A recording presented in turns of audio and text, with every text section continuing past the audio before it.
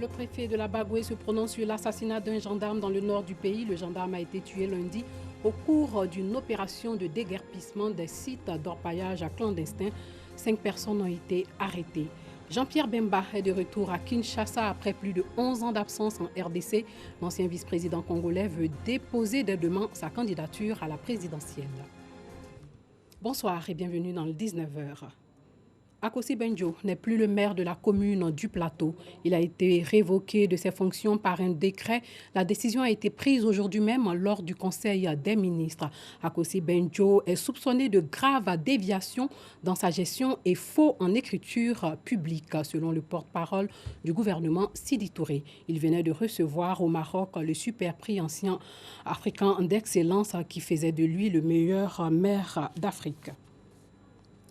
Un gendarme a été tué lundi au cours d'une opération de déguerpissement des sites d'orpaillage clandestins dans la région de la Bagoué, dans le nord du pays. Il a été assommé par des orpailleurs clandestins. Le préfet de la Bagoué se prononce sur cet assassinat. Un officier de gendarmerie tué et 2 autres sous-officiers blessés. Cette scène s'est déroulée le 30 juillet dernier à Kofré, localité située dans la sous-préfecture de Kasséré, dans la région de la Bagoué. Ces gendarmes effectuaient une mission dans le cadre du plan national de rationalisation de l'orpaillage élaboré par le ministère des Mines et de la Géologie. C'est au cours de cette opération qu'ils ont été attaqués par des orpailleurs clandestins. Le capitaine Dabo Pierre du centre opérationnel de Korogo a été assommé par les orpailleurs clandestins. Et il est décédé des suites et des coups qu'il a reçus à Kofré. La mairie est en train de mener des investigations. 5 suspects ont été interpellés. Et nous avons le nom de certains qui, jusque-là, sont en train de courir encore. Mais la gendarmerie est sous leur trace. Après cette agression, les orpailleurs se sont enfuis. Et les populations effrayées ont également quitté leur village.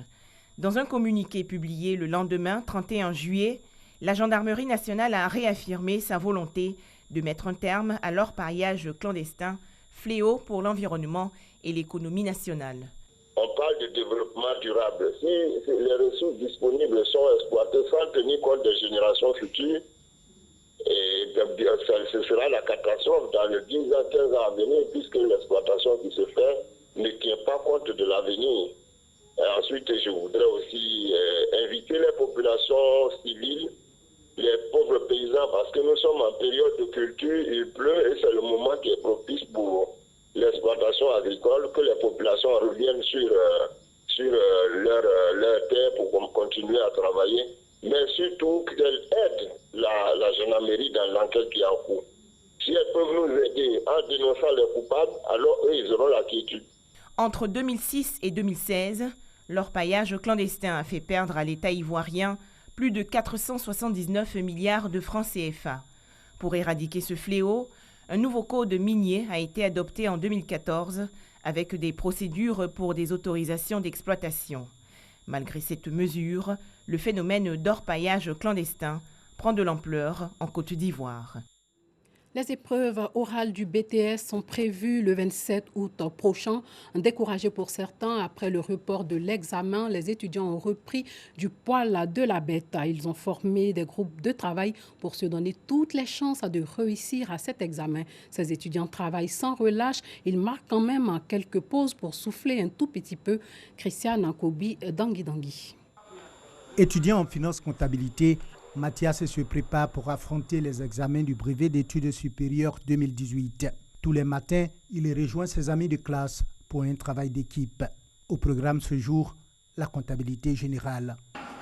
La machine B, elle est utilisée selon le système dégressif. C'est pour cela que je fais le plan fictif. On va trouver la base d'amortissage.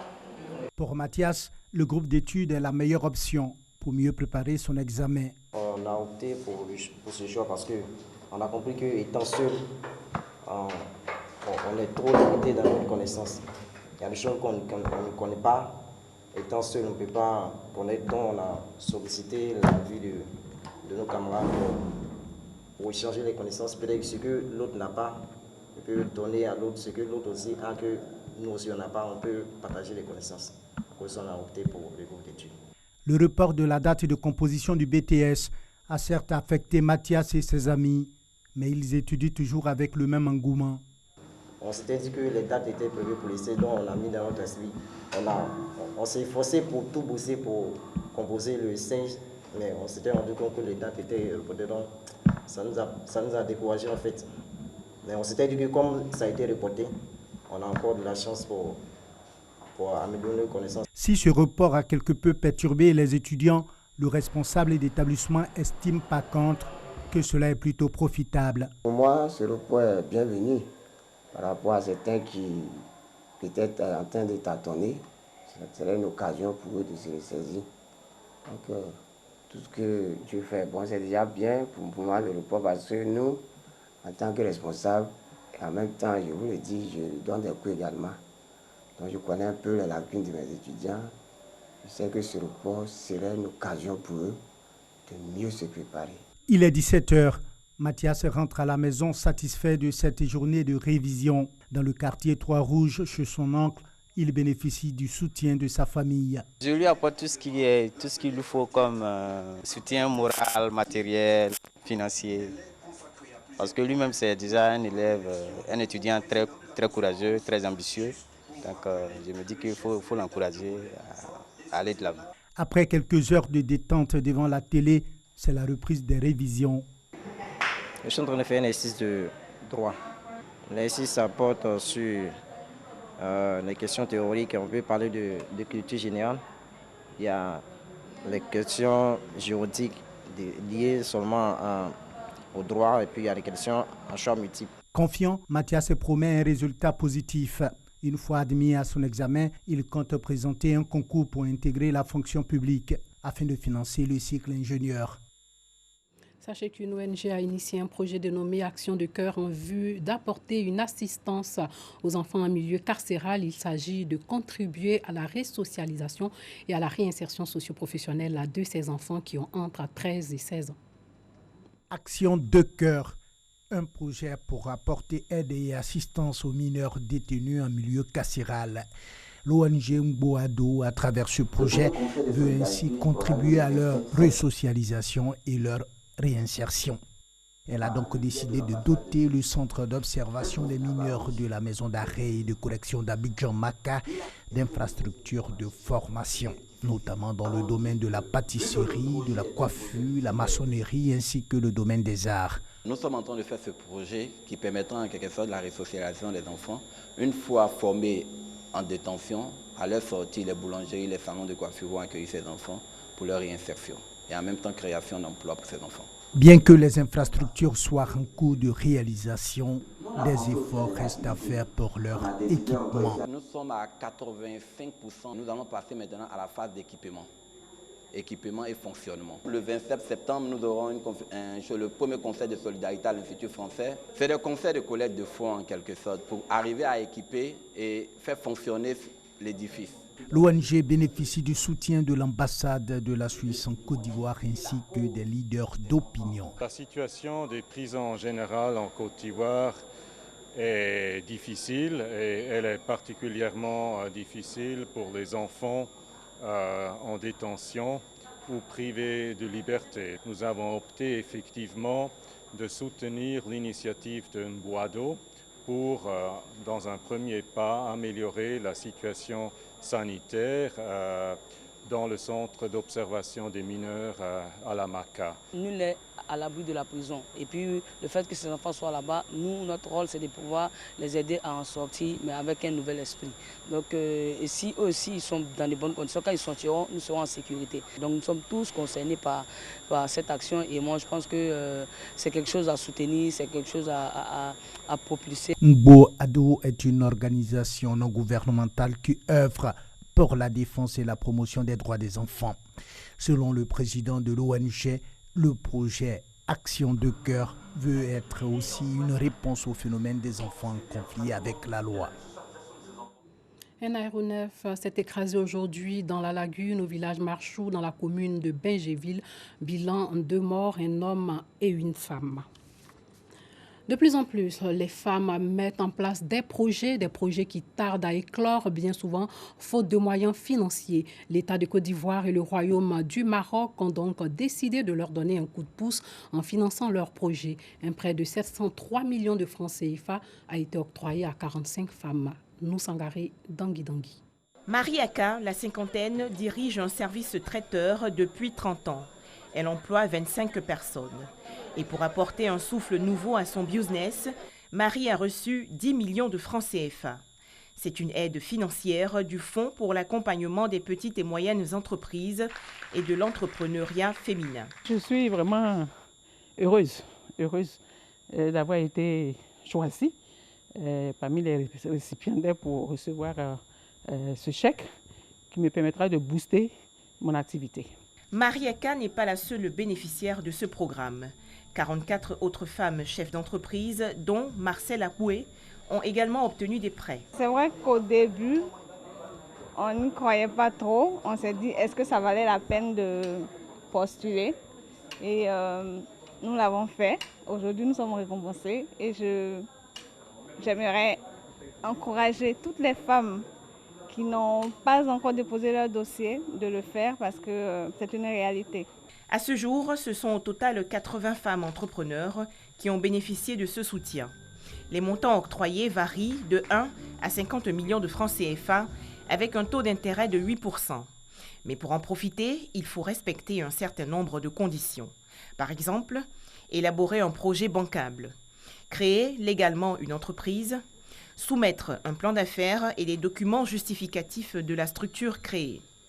Le porte-parole des bénéficiaires, Aramatou Koulibaly, a exhorté ses consoeurs à faire bon usage de l'argent reçu. Notre challenge aujourd'hui est d'utiliser à bon escient les fonds qui nous sont octroyés et procéder rapidement au remboursement afin de permettre aux autres femmes d'en bénéficier. Depuis son lancement en août 2017, 1,317 milliard de francs CFA ont été attribués sur les 5 milliards prévus pour le projet. Ce programme va s'étendre sur le reste du pays. Football, un championnat pour les tout-petits va bientôt voir le jour. Il s'agit du championnat national des jeunes garçons et jeunes filles qui ont au moins 8 ans. Il prend forme avec le projet Ces Jeunes. Patrick Dadier, Samuel Mech. Se repositionner parmi les grandes nations de football dans les 15 années à venir, tel est l'objectif principal de la Fédération ivoirienne de football. Pour parvenir à cet objectif, le projet Ces Jeunes a connu le jour. Jean-Marc Guillou, initiateur, espère accomplir au mieux sa mission, comme ce fut le cas avec l'Académie Mimosivcom il y a quelques années. En effet, ce projet prend en compte les jeunes garçons et filles âgés d'au moins 8 ans, regroupés par catégorie de poids. La phase pilote du lancement officiel s'est faite le 31 juillet 2018. La commune de Marcory a été choisie pour le coup d'envoi de l'enrôlement qui démarre le 10 août 2018. Des bénévoles désignés comme des agents enrôleurs ont pour mission de faciliter l'enrôlement des intéressés dans 12 autres communes et ce jusqu'en février 2019. Hors de chez nous, en RDC, Jean-Pierre Bemba est arrivé aujourd'hui en République démocratique du Congo. Il entend être candidat à l'élection présidentielle de décembre prochain. Après plus de 11 ans d'absence, l'ex-vice-président congolais a jusqu'au 8 août pour remettre le dossier de candidature à la commission électorale. Jean-Pierre Bemba est rentré ce mercredi en République démocratique du Congo, RDC, après 11 ans d'absence. L'ex-chef de guerre et vice-président a atterri en jet privé en provenance de la Belgique vers 8h30 GMT à l'aéroport de Guéli où une foule de partisans et militants du mouvement de libération du Congo MLC sont partis l'attendent pour l'escorter. Âgé de 55 ans, Jean-Pierre Bemba compte s'inscrire dès jeudi parmi les candidats à la succession du président Joseph Kabila. Arrêté le 24 mai 2008 à la demande de la Cour pénale internationale CPI, le procès de Jean-Pierre Bemba s'ouvre à La Haye en novembre 2010. Condamné en première instance à 18 ans de prison pour crimes de guerre et crimes contre l'humanité en Centrafrique. L'ex-chef rebelle congolais Jean-Pierre Bemba a vu sa culpabilité annulée en appel devant la Cour pénale internationale le 8 juin dernier. Voilà, c'est tout pour ce soir. Merci de nous avoir suivis.